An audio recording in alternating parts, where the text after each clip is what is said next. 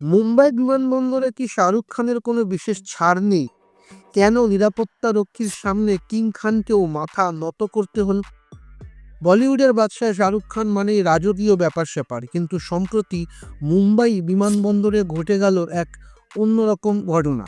বৃহস্পতিবার ভোরবেলা যখন শাহরুখ ডেনিম জ্যাকেট আর সানগ্লাস পরে বিমানবন্দরে ঢুকছিলেন, তখন গেটে থাকা নিরাপত্তারক্ষী তাকে সানগ্লাসটি খুলতে বলেন। সাধারণত বড় তারকারা এসব ক্ষেত্রে কিছুটা বিরক্ত হন, কিন্তু শাহরুখ কোনো কথা না বাড়িয়ে হাসি মুখে চশমা খুলে নিজের পরিচয় নিশ্চিত করেন। এই ভিডিও সোশ্যাল মিডিয়ায় ভাইরাল হতেই নেটাগরিকরা ধন্য ধন্য করছেন। সবার এক কথা, আইন সবার জন্য সমান। শাহরুখের এই বিনয়ী আচরণ কি আপনাদেরও মন জয় করেছে? মনে রাখবেন, আগামী 24শে ডিসেম্বর মুক্তি পাচ্ছে তার নতুন ছবি কিং, যেখানে থাকছেন সুহানা খান এবং অভিষেক বচ্চনও। সিনেমাটি নিয়ে আপনি কতটা এক্সাইটেড কমেন্টে জানান, আর সাবস্ক্রাইব বাটনে ক্লিক করতে ভুলবেন না।